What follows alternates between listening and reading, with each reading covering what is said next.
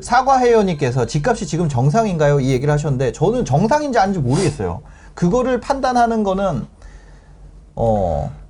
저는 이 정상이냐 아니냐는 거는 약간 네. 그 객관식의 답을 네, 얘기를 하시는 건데 네. 사실상 정상이냐 아니냐를 갖다가 누군가가 딱 결론을 딱 지어버리는 순간 네. 저는 프레임에 빠진다고 생각을 해요. 맞아요. 네, 프레임에 빠지는 순간 네. 쉽게 말하면 어떤 프레임이 딱 만들어지게 되면 나머지 프레임은 배제시켜버리는 생각이 발생하는데 네네. 이 투자를 하는 사람들은 되게 유연해야 되거든요. 네. 그러려면은 정상이냐 아니냐의 문제를 생각할 게 아니라 이 상황에도 어차피 내가 수익을 보려고 투자하려고 하는 거고 그러려고 사실 우리 이 방송을 보는 거라고 한다면 네. 정상이냐 아니냐의 문제는 그렇게 중요한 부분은 아닌 것 같아요. 네. 올라갈 수도 있는 거고 지금 많은 분들이 이 지금 현재 시장 가격을 가지고 너무 비싸다라고 얘기를 하시잖아요. 네네. 근데 저는 10년 전에도 그랬고 20년 전에도 그랬고 제가 처음 부동산을 봤던 정말 어렸을 때 네. 중고등학교 시절에 뭐 가격은 몰랐지만 그때도 봤고 했지만 그때 제 주변에 있던 어르신들도 그렇고 저도 그렇고 그 네. 이후 보면 한 번도 정상은 아니었어요.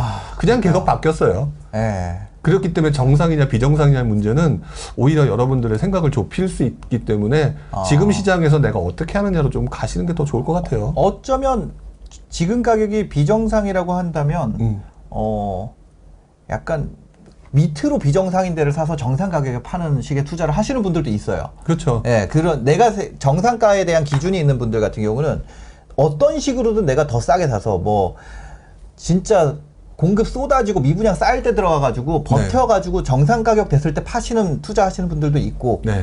그러니까 뭔가 지금 이 비정상이라고 판단하는 근거가 딱 있다면 그런 거를 좀 해보면은 좋을 것 같아요. 그렇죠. 과거를 기준점을 잡게 되면은요. 네.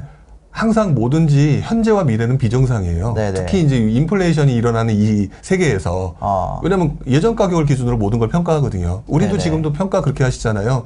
내가 사지 못했던 지난 싼 가격을 보면서 네. 너무 많이 올랐다고 평가를 하시는데 또 누군가는 사는 세상이거든요. 네. 그러니까 그렇게 생각하기 때문에 정상과 비정상 문제는 아니고 네. 그 과정에서 얼마나 열심히 해서 효율적으로 차액을 보느냐 네. 이거에 대해서 집중하시는 게 재테크 하시는 분의 기본 그 흐름이 아닐까 네. 그렇게 생각을 해요. 지금 뭐 그렇게 되면서 지금 과천이랑 용인 쪽에서 뭐 어떤 일이 벌어졌다 그러는데 무슨 일이 벌어졌다는 건지 한번 내용 살펴보겠습니다. 한국경제 기사인데요. 다주택자의 똘똘한 한 채 갈아타기에 과천 용인에서 무슨 일이 벌어졌대요. 거의 유튜버인데 이게 제목이 이걸 뭐지 어떤 분이시지? 하헌영 기자님께서 이분이 약간 센스가 있으시네. 뭔가 HHH 트리플 H의 한경.com 이메일 주소도. 근데 뭐 제목이 그렇습니다. 이게 양도세 규제 완화 후폭풍으로 다주택자 강남으로 갈아타게 하면서 과천 용인에서 가격이 떨어졌다. 과천 레미안슈르는 2억 5천이 떨어지고 용인에서는 전용 8사가 10억 밑으로 내려가고 반면 재건축을 앞둔 과천 4단지가 신고가가 나고 뭐 전용 59제곱미터는 5천만 원 오르고 뭐 이런 시장 변화가 지금 나오고 있다는 거예요. 네네. 그 한시적 양도세 중과 완화를 혜택을 보려는 다주택자들이 고가 아파트로 전진을 한 거죠. 그렇죠. 전진하면서 여기 뭉쳐놨던 것들을 좀 팔고 일로 간다. 이런 거에 나타나고 있다. 이런 건데 그죠? 서울은 이렇게 되는데 용인 과천은 빠지고 그렇습니다. 어떻게 보세요? 이런 것들이 실제 이런 현상들이 일시적이라고 보세요? 아니면 실제로 좀 계속해서 계속해서라 봤자 이제 한 달 정도 남았습니다. 보유세 문제가 걸리기 때문에 어떻게 보세요? 저는 이런 현상들은 일시적인 현상이라고 보여지고요. 네네. 네, 지금 이거는 기준점 자체가 강남을 들어가려는 사람들이 네네. 그거보다 낫다라고 평가되는 입지를 판 거거든요. 네네. 근데 누군가는 지금 말씀드렸던 과천과 용인이라고 하는 어떤 지역을 좋게 보는 누군가들도 있을 거거든요. 네네. 그분들한테는 또 이게 반대로 거꾸로 보면 기회가 되는 거거든요. 그렇죠. 네, 기회가 되는 것이기 때문에 네네. 사실 지금 양도세 중과 완화로 인해서 원래 과천이나 용인 쪽에 계신 분들이 보는 지역은 강남 쪽을 보고 있었다. 뭐 이런 얘기가 되는 건데 네네네. 예를 들어 또 그거보다 지금 과천이나 용인보다 더 밑에 계셨던 분들은 그러니까 전진 타임 또 전진 타임이기 때문에 과천과 용인이 네. 진입 타이밍이 또 되는 시점이라는 거죠. 네네. 그렇기 때문에 이거를 그 테두리 안에 딱 넣어놓고 강남이라고 하는 어떤 네. 방향성만 보고 딱 얘기하게 되면 과천과 용인이 떨어졌다라고 판단할 수 있겠지만 맞아. 제가 볼 때는 예를 네. 들어 그보다 또 하위 쪽에서 위치하고 있다가 네. 상급지로 진입하시려는 분한테는 너무나도 지금 좋은 기회다. 그러면 네. 이거는 하락의 진조나 또 이런 분위기가 아니라 네. 오히려 진입하기 되게 좋은 상황이고 우리 몇 개월 전에 네. 안양 얘기하면서 맞아. 안양의 입주 물량 터졌을 때 예, 3억이 예. 떨어지고 예. 근데 지금 보면 이제 어느 정도 해결이 되는 분위기인 것 같거든요. 네네. 그러면 전세가율도 좀 올라오더라고요. 네, 올라오고 예. 있거든요. 그러면 그거는 그때가 지나고 보니까 진입 타이밍이었다라는 상황이 네. 우리는 이제 지난 몇 개월 전을 복귀하면서 알 수 있는 거고 네네. 저는 이것도 몇 개월 후에 복귀하게 되면은 다시 또 누군가에 의해서 나와 다른 누군가가 또 네. 하위 쪽에서 거주하시는 분들이 상급지로 이동하기 위해서 넘어오게 될 것이다.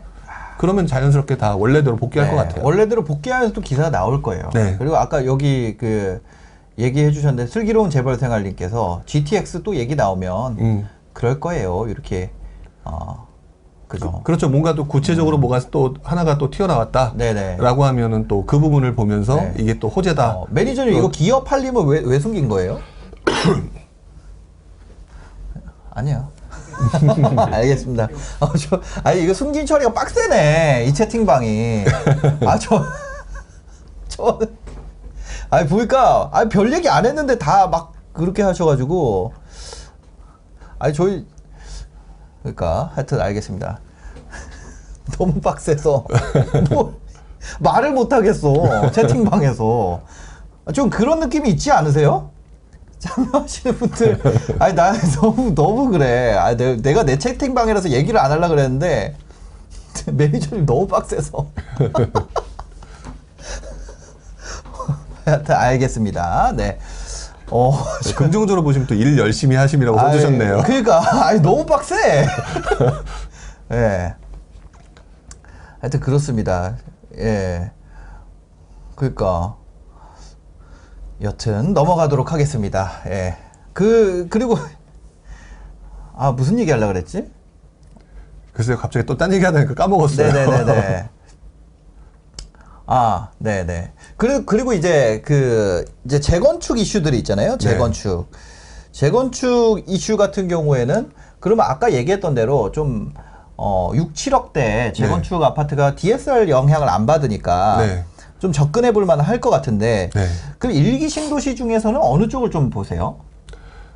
그냥 일단 일반적인 상식으로 보게 되면요. 네네. 일단 이건 무조건 분당 아니면 평촌이에요. 네네. 근데 저는 또 왜냐면 분당하고 평촌이라고 하는 거는 일단 네. 선호도 순위로 보기에는 1, 2위라고 보여지니까. 네네. 그래서 일단은 근데 분당하고 평촌에 네. 뭐 충분히 가능성 있는 금액을 넣을 수 있고 할 수 있는 분들이라면 네. 거기서 단기적으로 부침들이 분명히 발생할 거거든요. 네네. 그래서 그쪽에 좀 집중하시는 게 아까 지금 뭐 과천과 용인이 여러 가지 이유로 인해서 갑자기 네. 사람이 빠져나가니까 급매물이 나와서 가격이 떨어졌다. 네. 이런 데 들어가실 수 있는 것 같고 또 그거 없다라고 그거를 들어갈 수 있는 비용이 없다라고 하면은 네네. 오히려 가장 지금 뭐라 그럴까 그 얘기가 많이 나온 일기 신도시 중에서 네. 가장 많이 안 올랐다라고 얘기를 하는 아. 일산 지역이 오히려 기회가 될 수도 있다고 저는 생각이 들어요.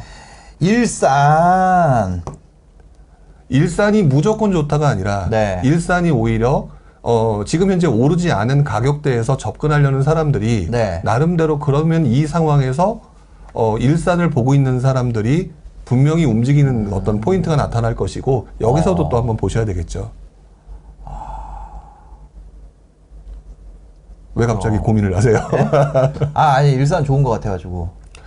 그러니까 일산이라고 하는 것들은 네. 지금 보게 되면은 사실상 굉장히 부정적인 요인들이 상당히 많았던 그죠, 곳. 그죠. 그러다 보니까 네. 뭐 가격도 뭐 처음에 등장했을 때 일산과 분당의 거의 비슷한 레벨이 네. 지금 이제 완전히 바뀌었기 때문에 사실상 비교할 수는 없죠. 네. 하지만 그렇다 하더라도 누군가에게는 서부권 쪽에 살고 있는 사람들한테는 네. 갈 수 있을 만한 좋은 곳이거든요. 여기 호재가 붙은 곳. 네. 그러면 뭐 분당까지 올라간다 안 올라간다의 문제가 아니에요. 분명히 그쪽에서 수익을 볼 수 있느냐 없느냐의 문제라고 한다면 저는 일산에서 등장하고 있는 수많은 호재들 이미 킨텍스와 그 주변에 여러 가지 호재들이 있을 거고 교통망 여기다가 지금 재건축 일기 신도시 재건축 또는 리모델링과 관련된 얘기가 계속해서 나오기 때문에 저는 앞으로 몇 년간 계속해서 기회가 나올 거고 그런 과정에서 뭐 부침이 있겠죠. 그럴 때 최대한 싸게 살 수 있는 방법을 찾는 게 좋을 것 같아요. 일산에 관심 있는 분들 계세요? 솔직히 소크라테스님 닉네임이 소크라테스야. 하긴 나도 신사임당인데 뭐. 죄송합니다. 저 순간적으로 소크라테스님 너무 닉네임이 과하지 않나라고 생각했는데 생각해보니까 나 신사임당 해놨구나. 근데 소크라테스님이 솔직히 싸죠 이렇게 얘기하시고. 맞아요. 그러니까 마시는 책님이 부동산 사이클 몇 년에 한 번인가요? 이렇게 얘기하셨는데. 그렇게 보시면 또 정답을 찾는 것 같고요.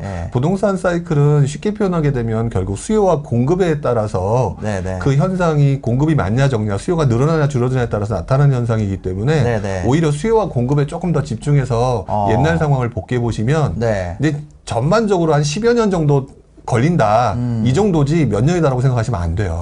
지금 일산 쪽에 저도 모르게 분이라고 아니, 지금 일산 쪽에 거주하고 계신 분도 계신가요 혹시 지금 채팅방에 거주하고 계신 분이 계시면 계실 수 있겠죠. 뭐가 좋은지 자랑 좀 해주세요. 이런 걸 해봐야겠다. 자기 동네 좀 자랑하는 거를 전화 연결해가지고 뭐가 좋고 여기 어떻고 이런 거를 좀 거주하시는 분들 중에 우리 동네 자랑하는 당근 전화. 부동산 쪽에서 전화가 많이 오지 않을까요? 부동산 쪽에서 오셔도 좋고요. 오히려 더 많이 아니까 더 좋을 수도 있겠네요. 그런 거 되게 궁금해서. 저요라고 하셨네요. 스마트맨님이 살고 계신다고. 그러니까 일산이 사시는 분들이 인프라 좋다고 다 그 얘기 하시는데 너무 다 살기 좋고 다 그렇다고 하는데 일산이 이제 못 오르는 이유가 그런 강남 접근성 때문에 그런 거죠. 그렇죠. 일단 강남 접근성이라고 말하기 전에 사실 서부권에 계신 분들 을지로라든지 광화문이라든지 이쪽이 팽창하지 못했잖아요.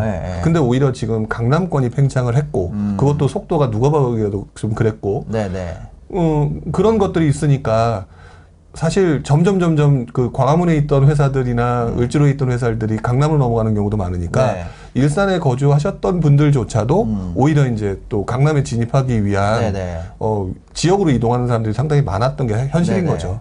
그 일산 같은 경우는 지금 저쪽 일산에서 우리가 일기 신도시 메인이라고 하면은 일산의 제일 메인 입지는 어딘가요?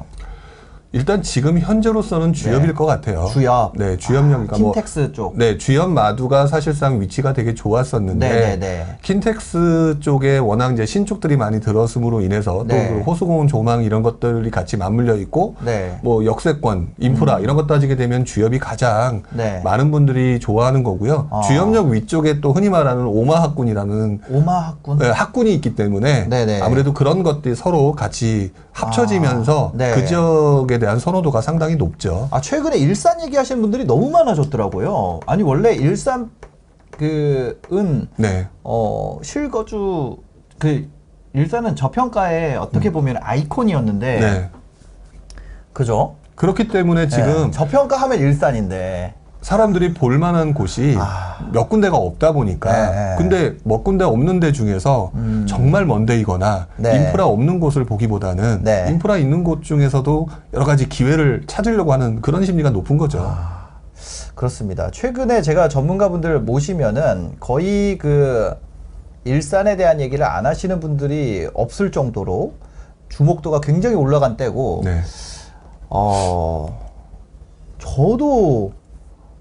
저도 관심이 가더라고요.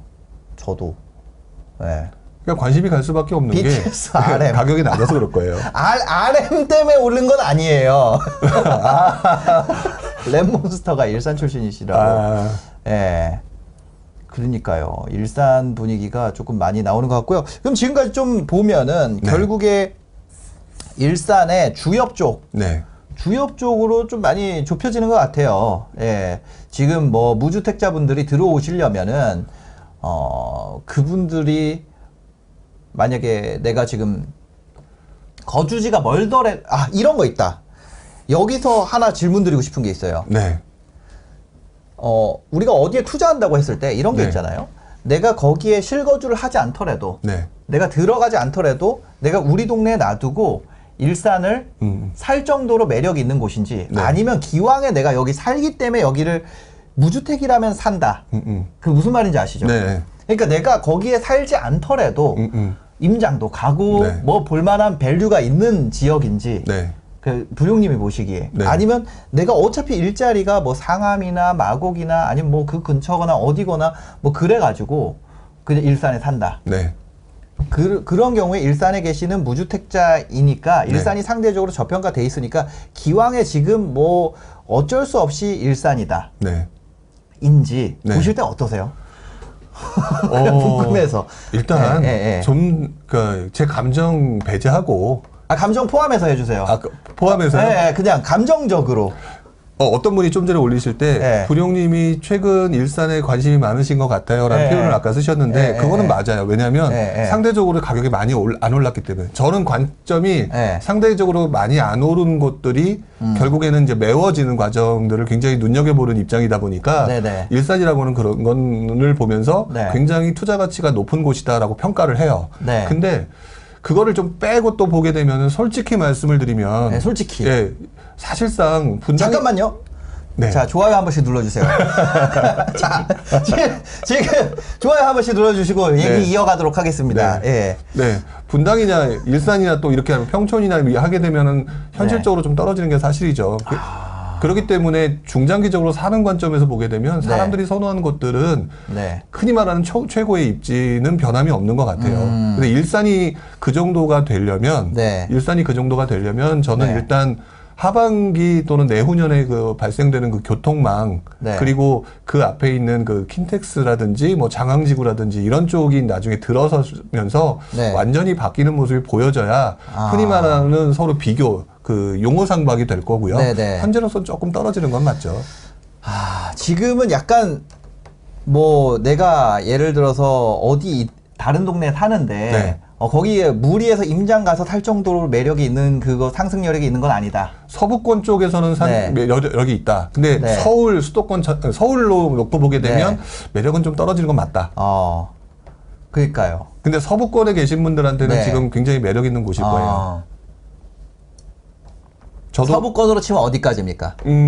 지금 내가 사는 곳이 저를 안티 세력을 자꾸 늘려주시려고. 아니 그거 아니라 그렇게 안 하면은 잠깐만요. 그렇죠. 많은 분들이 궁금해 하시니까. 서울의 구로 따지면 어느 지역까지 거주하시는 분들은 여기 임장 가봐도 의미 있다. 지금 아무래도 제일 많은 분들이 그 동선에 보면 은평구하고요. 그 다음에 상암이 있는 마포구 쪽일 거예요. 서대문구나. 서대문구, 마포구 쪽 이 3개구 지역에 계신 분들 중에서 애매하다라고 하면 사실 서울에 붙어 있는 지금 뭐 덕은지구, 향동지구, 삼성지구 되게 많이 비싸졌어요. 그죠. 향동 엄청 올랐더라고요. 그러니까 그 다음에 볼 수 있는 곳이라면 뭐 사실상 그 다음에는 당연히 일산 쪽에 관심이 높아질 수밖에 없죠. 그렇습니다. 일산 쪽에 들어갈 자금에 일산 들어갈 자금들을 보면은 이제 이쪽 서부권에서 좀 돈이 들어갈 거고 그게 들어간 만큼 가격이 올라가잖아요. 그렇죠. 그래서 제가 이제 여쭤본 게 진짜 투자자시니까 실제 내가 투자자들이 차 끌고 갈 정도의 그건지 메리트인지 이거를 좀 여쭤보고 싶었던 거죠. 그러니까 전국구 도시라는 데가 있잖아요. 예를 들어 분당은 투자하시는 분들이 전국구예요. 그렇죠. 근데 일산은 약간 전국구 느낌은 아니거든요. 네, 맞아요. 그런 약간 뭐 실제로 그게 어디 나와 있고 이런 건 아니지만 감으로 뭐 그런 거 있잖아요. 근데 투자 수요만 놓고 보게 되면은요.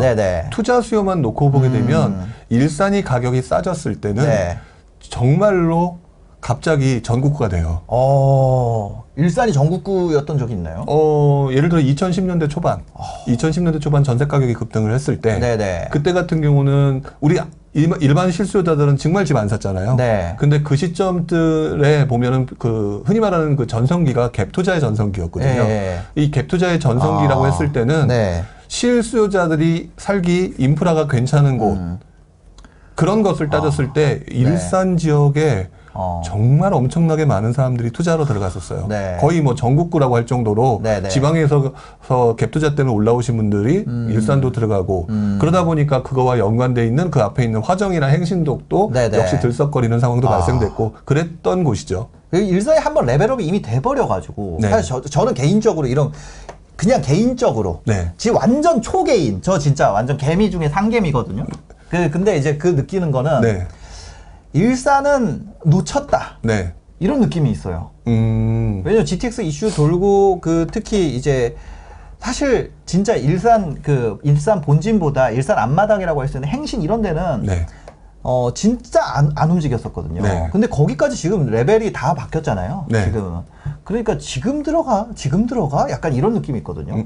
그런데 부룡님 입장에서는 지금도 재건축 바람이 돌고 GTX래 자꾸 DSR 제한이랑 이런 걸 좀 따져봤을 때 네. 일산 역 근처 같은 경우는 좀 해볼만 하다는 입장이신 거잖아요. 네, 저는 해볼만 하다. 왜 그러냐면 그냥 간단하게만 말씀을 드리면 네네네. 아까 말씀드렸던 일산의 메인 입지라고 하면 결국에 킨텍스하고 주협이잖아요. 네네. 근데 앞으로 들어설 굉장히 좋은 것들 이런 것들을 따져보게 되면은 예를 들어서 흔히 말하는 옛날 대곡 소사선, 그게 이제 일산 소사선 뭐 이런 얘기도 좀 하시는데 네. 그런 것들이 들어오게 되면은 결국은 이게 그 능곡을 거쳐서 공항으로 연결되거든요. 네. 그러면 강남 진입이 좀 유리해지는 것도 있고요. 그죠. 네, 그런 것도 있고. 그 다음에 GTX도 어쨌든 지금 땅속에서 계속 열심히 파고 있기 때문에 네네. 구체적으로 올라오겠죠.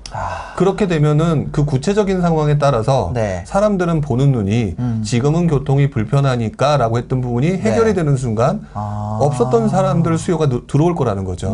그런 것들이 영향을 미치게 되면서 상대적으로 지금 일산도 들어가서 자세히 보시게 되면 물론 그건 다른 동네도 마찬가지지만 여러 가지 요인들에 의해서 흔히 말하는 제일 좋다라고 하는 곳들이 급등한 곳이 많아요. 근데 바로 그 근처에서 너무 급등한 쪽으로 사람들이 몰려가는 습성들이 있다 보니까 바로 근처인데도 불구하고 아직 그 움직임이 덜한 곳들이 여전히 남아있다는 거죠. 그러면 그거를 이용해서 여러분들이 투자처를 찾는 것도 괜찮겠죠. 근데 이거는 꼭 일산뿐이 아니라 모든 지역에서 다 마찬가지예요. 알겠습니다. 오늘 또 이렇게 처음에 이렇게 인사로 시작해가지고 여기까지 좀 얘기를 해봤는데 사실 그렇습니다. 모든 판단은 본인의 책임하에 해야 된다는 사실을 잊지 마시고요. 이런 부분들을 이런 부분에 대해서 잘 판단을 전가하시는 분들도 계시더라고요. 그렇죠. 근데 제가 말씀드리는 어떤 특정 지역의 어떤 투자하는 방식, 투자 얘기는 예를 들어서 지금 우리 일산 얘기했지만 저는 이게 삼본과 평촌에서도 똑같이 적용된다고 봐요. 그러니까 그렇게 생각해 주셨으면 좋겠어요. 알겠습니다. 그래서 그쵸. 김정희 님께서 라이브 맞는데 끝나가요. 이렇게 얘기해 주셨는데, 맞습니다. 저희 이제, 원래 1시 마무리인데 조금 오버가 됐네요. 뒤에 스케줄에 지장 없으셨길 바라고요. 저희 얘기하다 보니까 좀 지나가가지고. 3본 일산 다 가지고 있는데 일산이 덜 올랐어요. 장님께서 또 이렇게 얘기해 주셨네요. 여러분들 선택은 스스로 하셔야 되고요. 100%가 없다는 거. 100%를 찾으려다 보니까 투자를 못 하게 되는 것 같아요. 맞아요. 세상에 100%가 없고 또 이게 뭐냐면 똘똘한 한 채로 해서 내가 한 채밖에 못 산다라는 세팅이 있으니까 그냥 이게 모든 게 끝나버린다고 생각을 하시잖아요. 근데 이런 게 있습니다. 1주택자는요, 어차피 2년만 살면 또 과세 없이 거의 비용 없이 갈아타실 수 있으니까 내 선택에 대해서 회수할 수 있는 기회가 있고 2주택자가 된다면 어차피 내 비중은 그 포트폴리오 상에서 그 집이 가지는 비중은 50%가 될 거고요. 그러니까 내가 1주택자에서 1주택자로 포지션 들어가는 거에 대해서 크게 공포심을 안 가져도 내가 결정하는데 크게 무리가 없지 않을까 이런 생각도 듭니다. 그리고 이제 그런 거를 그 마음의 두려움을 없애려다 보니까 최대한 갭만 보고 들어가시는 분들이 있는데 갭만 보고 들어갔다가 큰일 날 수도 있다. 제가 겪어봤거든요. 그런 부분 또 얘기를 드리면 좋을 것 같습니다.